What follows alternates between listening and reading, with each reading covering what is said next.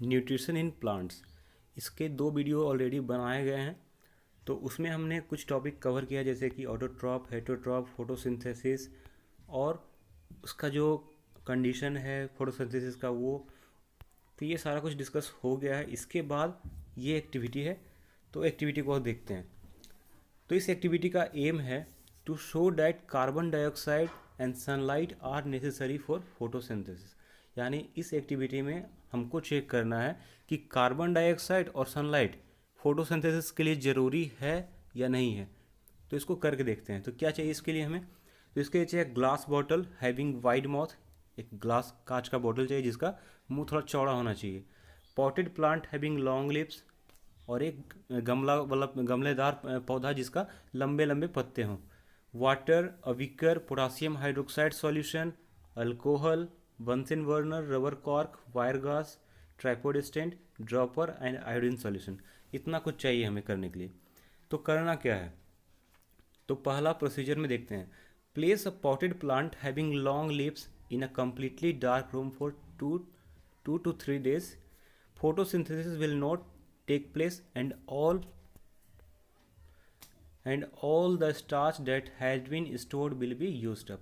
तो पहला काम क्या करना है, जो हम लोग पौधा लिए थे गमला में उसे 2 से 3 दिन तक अंधेरे रूम में बंद करके रख देना है। तो इससे होगा क्या कि जो भी पत्ते में स्टार्च स्टोर होगा वो सारा का सारा प्लांट के द्वारा यूज कर लिया जाएगा, क्योंकि वहाँ पे ऑलरेडी फोटोसिंथेसिस नहीं हो रहा है। तो जो उसके अंदर का स्टोर्ड फूड है वही यूज़ करके वो सारा का सारा स्टार्च कंज्यूम कर लेगा। सेकेंड में क्या करना है, put some potassium hydroxide solution in the glass bottle having a wide mouth and fit a rubber cork tightly to the mouth of the glass bottle. This cork should be cut into 2 halves. Potassium hydroxide solution absorb the carbon dioxide gas present in the glass bottle. तो देखिए क्या करना है, दूसरा case में एक glass bottle लेना है जिसमें कि पोटासियम हाइड्रोक्साइड सॉल्यूशन रहेगा, और उस बॉटल के मुंह में एक कॉर्क फिट कर देना है। तो कॉर्क फिट करने से ये होगा कि जो भी वहाँ पे गैस रहेगा वो सारा का सारा उसमें से ऑब्जर्व हो जाएगा। यानी उस बॉटल का जो भी गैस रहेगा वो सारा का सारा पोटासियम हाइड्रोक्साइड के साथ रिएक्ट करके वो कुछ ना कुछ कंपाउंड बना करके अलग हो जाएगा। तो इससे क्या हो गया, इससे क्या होगा कि जितना भी कार्बन डाइऑक्साइड वहाँ पे था सारा का सारा ऑब्जर्व हो जाएगा। फिर थर्ड में क्या करना है, insert 1D starch lip into this glass bottle through the split cork. अब उसके बाद जो हम पॉटेड प्लांट बाहर से मतलब रूम से निकाल के लाए थे अंधेरे रूम से, उसका एक पत्ता को इस ग्लास बॉटल के अंदर डाल देना है। This leaf is still attach to the plant, और ये जो पत्ता रहेगा इसको तोड़ना नहीं है, बल्कि उसके आधा पोर्शन को अंदर रखना है और आधा पोर्शन को बाहर रखना है। The lower half of the leaf should be inserted in the glass bottle and upper half of the leaf should be remain outside the glass bottle. कहने का मतलब है कि जैसे कि ये सपोज बॉटल है, तो आधा पत्ता यहाँ से बंद रहेगा और आधा प्लांट से जुड़ा हुआ रहेगा, आधा जो है प्लांट से जुड़ा रहेगा। तो इस तरह से रखना है, आधा कवर रहेगा ग्लास के अंदर और आधा ओपन रहेगा, बाहर रहेगा। Put this potted plant in sunlight for 3 to 4 days। अब इसी सेटअप को रख देना है धूप में 3 से लेकर के 4 दिन तक। Now take leaf out from the glass bottle by plucking it from the plant.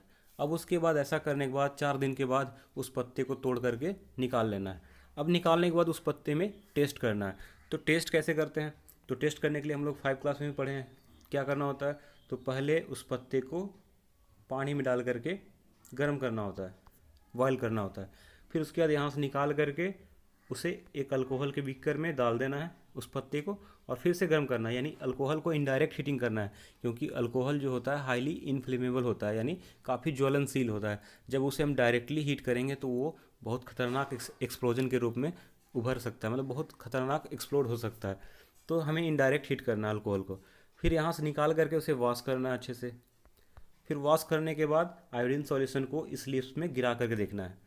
तो अगर इस लीव्स का कलर ब्लू ब्लैक हो जाए तो हमें समझ में आता है कि इसमें स्टार्च मौजूद है, अगर नहीं होगा तो इसमें स्टार्च नहीं होगा। तो देखते हैं इसमें क्या करना है। 6 नंबर में देखिए, in beaker boil this leaves first in water and then in alcohol using wire gauze, tripod stand and Bunsen burner to remove the chlorophyll from the leaf. अब देखिए गर्म करने से होता क्या है कि उसके अंदर उसका जो क्लोरोफिल मौजूद रहता है उस पत्ते के अंदर, वो सारा का सारा डिस्ट्रॉय हो जाता है। And decolourised leaf will be obtained, wash the leaf with water again. तो जब हम ऐसा करते हैं तो ऐसा करने के बाद उसका जो रंग था, हरा रंग था, वो ख़त्म हो जाएगा और हमें डीकलराइज्ड लीफ मिलेगा, मतलब बिना भद्दा, जिस जो भी उसका कलर था वो सारा हट जाने के बाद भद्दा पत्ता देखने को मिलेगा। फिर उसके बाद यहाँ पे कॉशन लिखा हुआ है, सावधानी क्या देखना है। तो do not heat alcohol directly as it can catch fire. इसमें बोला गया है कि कभी भी अल्कोहल को डायरेक्टली गर्म नहीं करना चाहिए क्योंकि ये जल सकता है। तो put a few drop of iron solution with the help of dropper over the decolourised leaf and observe what happen. उसके बाद क्या करना है, ऐसा करने के बाद जो डीकलराइज्ड लीफ मिलेगा, फर्स्ट स्टेप में देखिए इसे हम वाटर में बॉयल किए, फिर उसके बाद अल्कोहल में इनडायरेक्ट किए, फिर उसके बाद वॉश करना है, वॉश करने के बाद फिर आयोडीन सॉल्यूशन डाल के देखना है। तो आयोडीन सॉल्यूशन डाल के देखेंगे तो आधा पत्ता जो था, जैसे कि ये पूरा पत्ता था, तो इसमें से आधा पत्ता बोतल के अंदर था और आधा बाहर था। तो अभी तो पूरा एज अ होल हम लोग कर रहे हैं, तो एज ए होल मतलब अभी पूरा डीकलराइज्ड है। अब पूरे पूरे लीव्स में ड्रॉपर के थ्रू आयोडीन सॉल्यूशन को डालना है। तो आयोडीन सॉल्यूशन डालने के बाद क्या होता है देखते हैं। Observation, you will observe that on adding iodine solution the lower half of the leaf which was inside the glass bottle does not turn blue black. इसका मतलब बोला गया है कि जो अंदर में था, बॉटल के अंदर में था, ये पोर्शन में ब्लू ब्लैक कलर नहीं हुआ, मतलब ये ब्लू ब्लैक में नहीं चेंज हुआ। Only the upper half part of the leaf which was outside the glass bottle turn blue black. तो केवल ऊपर वाला जो पार्ट था जो कि प्लांट से जुड़ा हुआ था और ये आउटसाइड द बॉटल था, ये चेंज हो गया ब्लू ब्लैक में। तो कहने का मतलब क्या हुआ कि इस पोर्शन में स्टार्च मौजूद है। तो इस पोर्शन में स्टार्च कैसे मिला, तो जब हम इसे 3 से 4 दिन तक सनलाइट में रखे थे तो फिर से बनाए प्लांट का लिप्स जो है ये फिर से स्टार्च को बनाया, इसलिए यहाँ पे स्टार्च मौजूद है।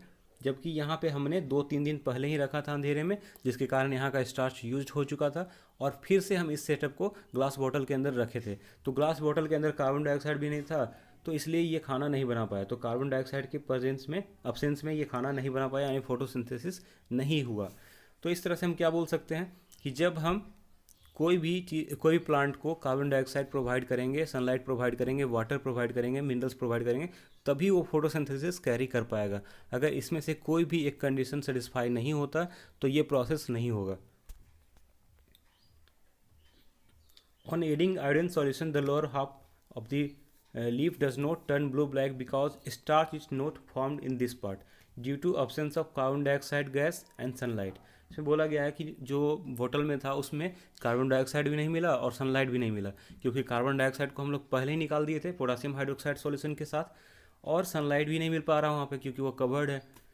On adding iodine solution the upper half of the leaves turn blue black because starch is present in this part and photosynthesis occur here in the presence of carbon dioxide gas and sunlight. तो यहाँ पे photosynthesis हुआ है, इसलिए इसमें इसका colour change हुआ, और जो निचला पोर्शन था उसमें फोटोसिंथेसिस नहीं हुआ था, इसलिए इसका कलर चेंज नहीं हुआ। तो इससे कंक्लूजन क्या निकलता है, तो कंक्लूजन यही निकलता है कि from this activity it is clear that carbon dioxide gas and sunlight are needed for making starch, that is carbon dioxide and sunlight are necessary for photosynthesis. तो ये था इसका पूरा का पूरा एक्टिविटी।